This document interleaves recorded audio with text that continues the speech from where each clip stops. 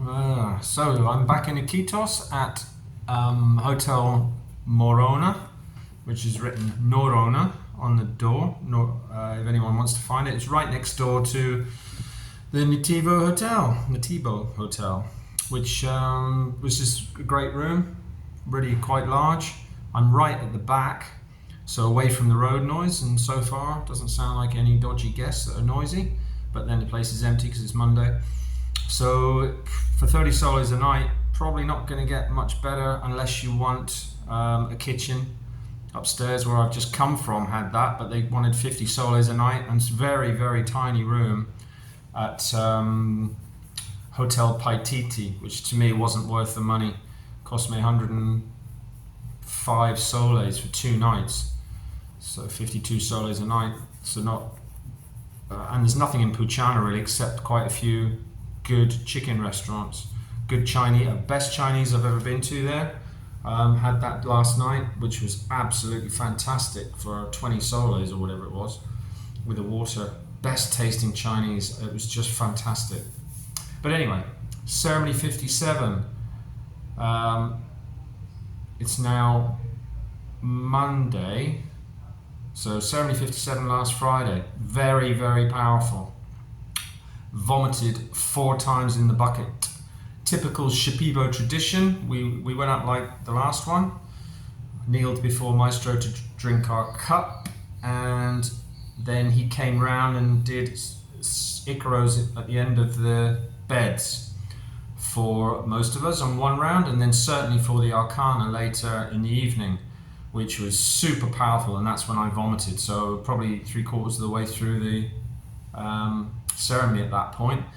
So the Arcana at that point, I think it was one of the Moldovan lads, well it was, he was opposite me, so the first ceremony, first Icaro, for him, I felt quite strongly.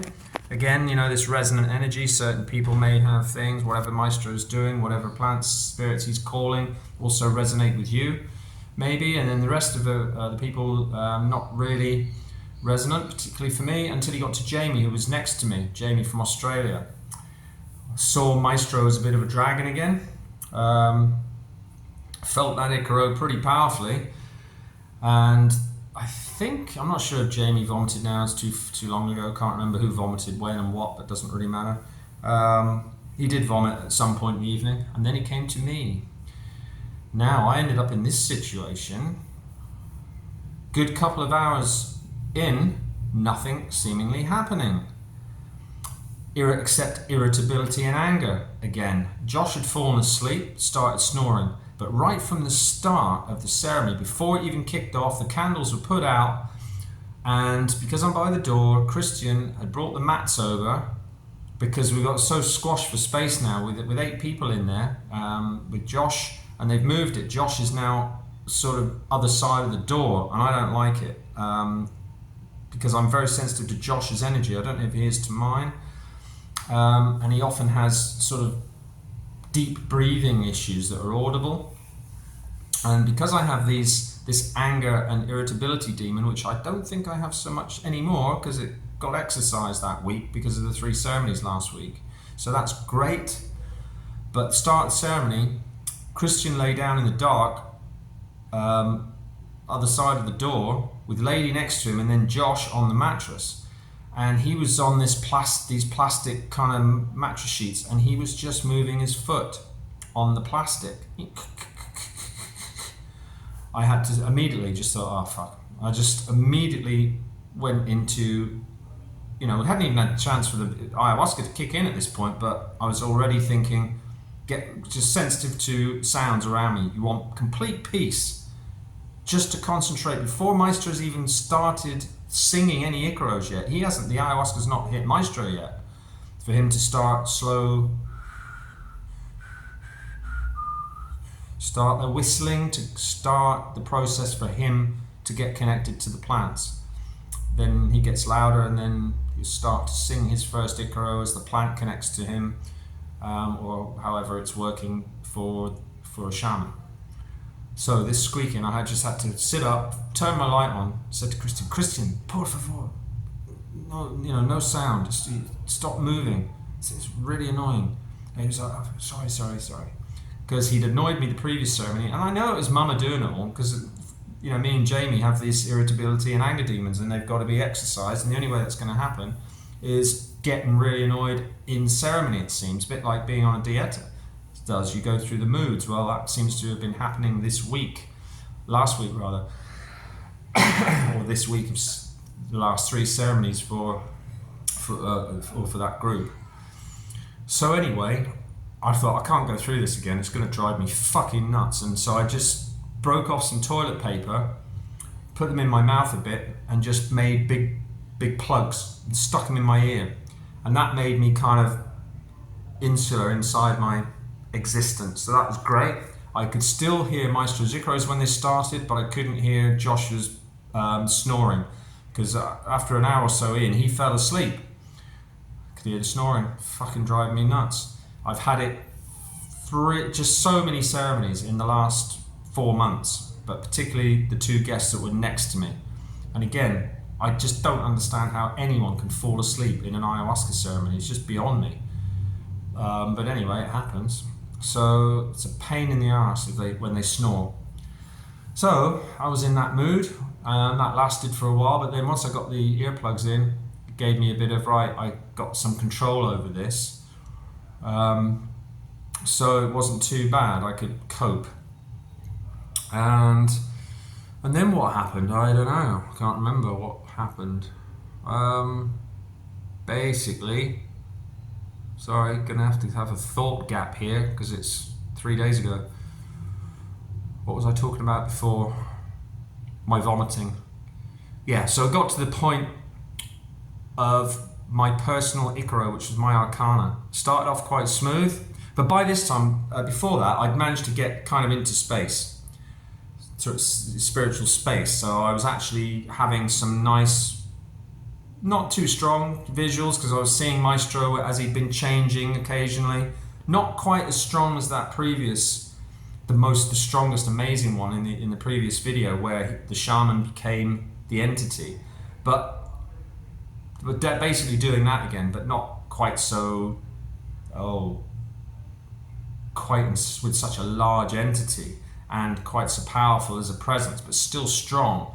Well, because he's sitting down at the end of the bed for these, I believe. It's difficult to tell with the spatial differences going on with the way he moves and sings his voice, top corner, lower corner, etc.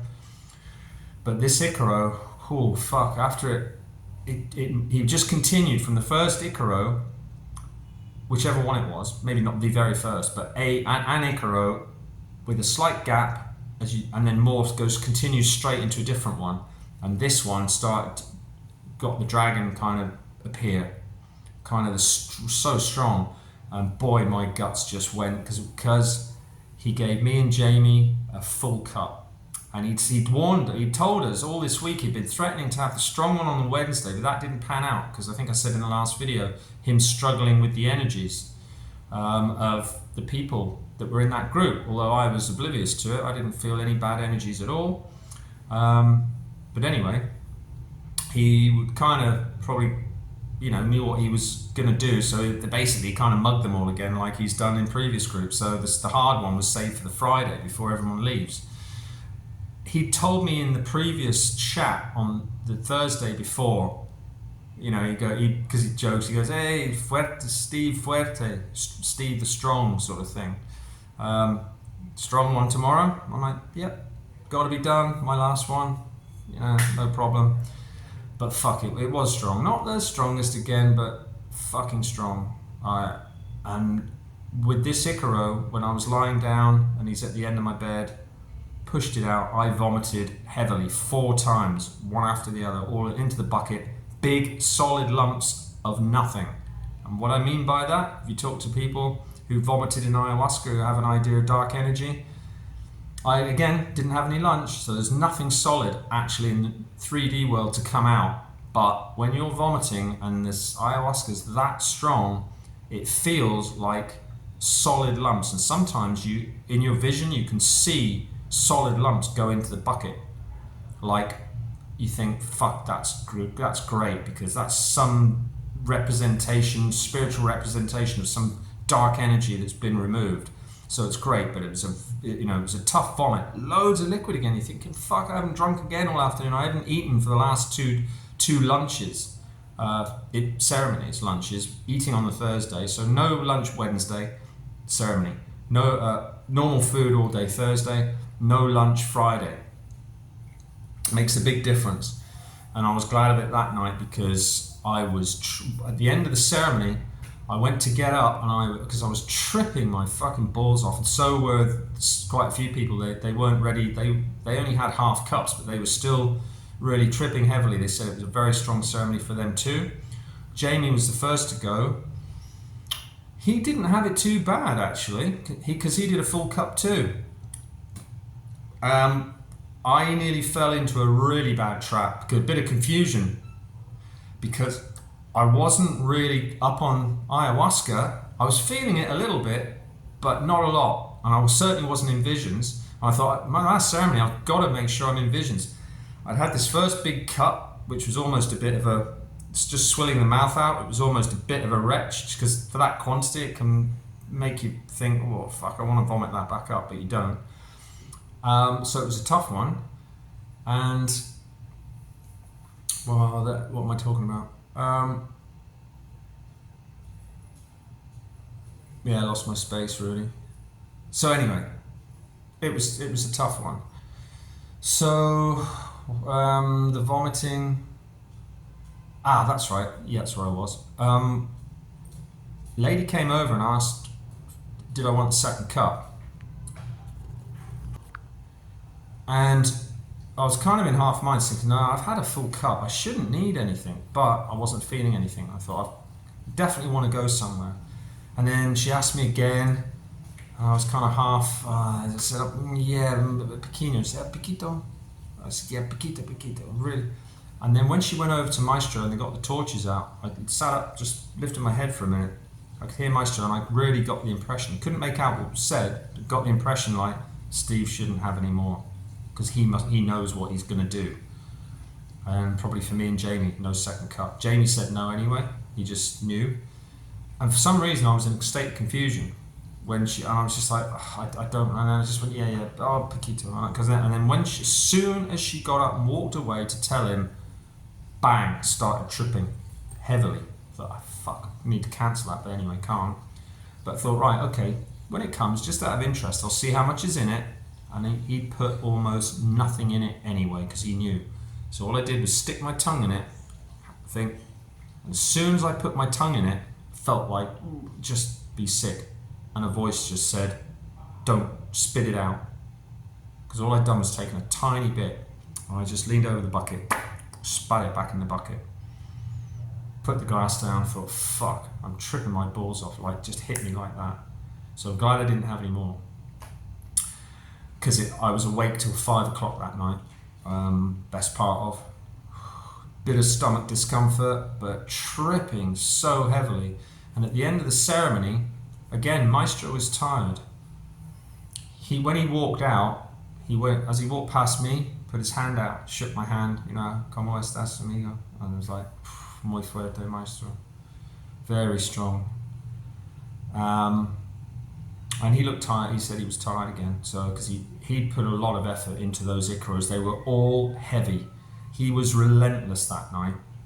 All of the Icaros were powerful for vomiting and cleaning, big time. Because he obviously, a lot of it was getting rid of Sasha, this dark energy that he'd explained about. Sasha seeing in one of his visions this heron that represents this dark energy. That's bad for a particular relationship scenario, and he was carrying it because he was very pensive all week. It may have been a quiet guy, but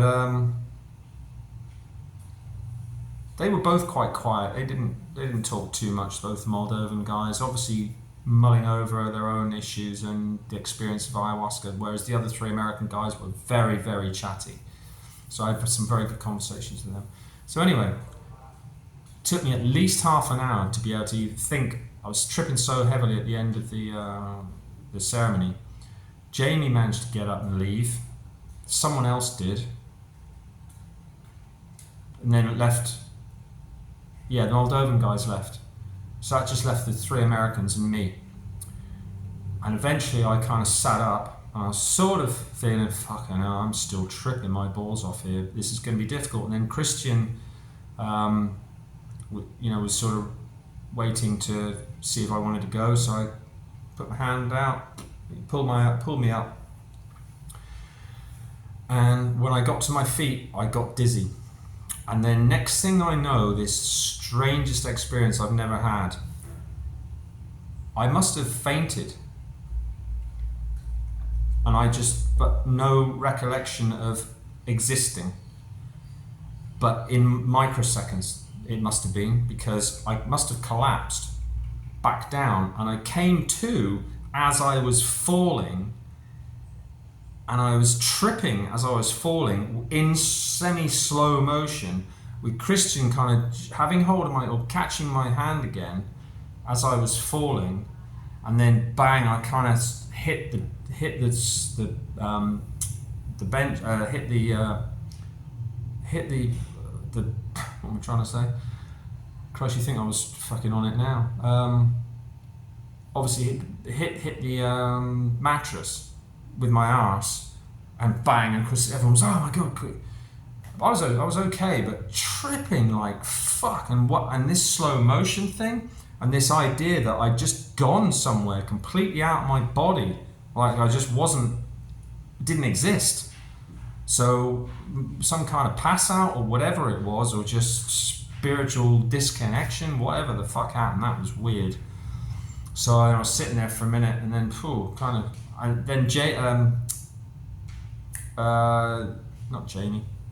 Julian, the American guy I'd had many conversations with, I heard him say, "Oh," he said, "I'd love to help, man." He said, "I'm tripping balls myself." So anyway,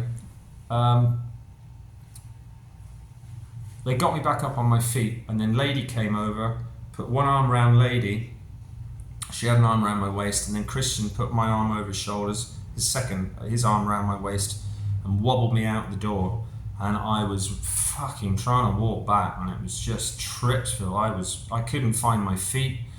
Trying, get down the 2 steps outside the Maloka was a major issue, seeing where they were. And then eventually it got me back to my room. Lady came, she sat me on my bed. She said, "Just sit upright for a minute." I said, I'm so thirsty, I'm totally dehydrated. So she poured me some water that I obviously always prepare, make sure I have a flask full on my table. And she said, I want you to lie down on the bed before I leave the room. Make sure you're lying down, and just stay on the bed. And I couldn't do anything else. I drank the water. She put the table back on the glass, and then I just lay down. I couldn't even find my pillow. I couldn't find my light when I did. Oh, forget it. So I had to rest for at least another half an hour before I was coming round enough to sort of get to normal tripping. Of, oh fuck, this is going to be a long night. It's really powerful. It's going to last for ages, which it did. So I had to pull myself down later on with a line of rapé, which did help, because it was just lying there thinking. And I did go to the toilet. I eventually did get up and vomited more up. I was really thirsty. Just kept going back, to sit upright, find the light in the dark, because my flashlight's partly broken. I couldn't find it anyway. I was just all over the place. So it took me a good hour and a half before I was even be able to get up well and walk to the toilet and stuff. It was so powerful, but it was great.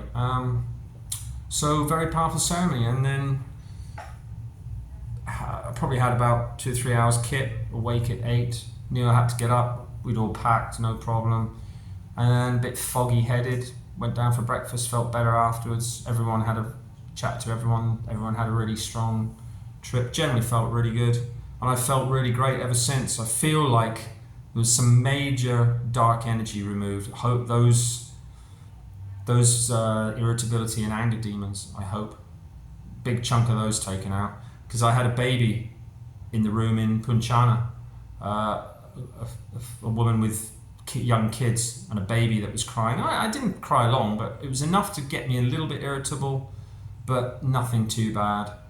So handleable. So result there really. So I'm quite happy with that. So I feel pretty good about it. But that's pretty much it. So it all went quite well.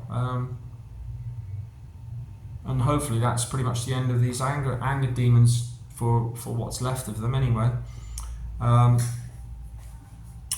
Slept very well the first night in the hotel, pretty much. It was good to go out and have I broke the diet pretty much because I bought some fruit, but that, I was out and around. I couldn't find any coconut milk. There's no supermarkets around in Punchana anyway.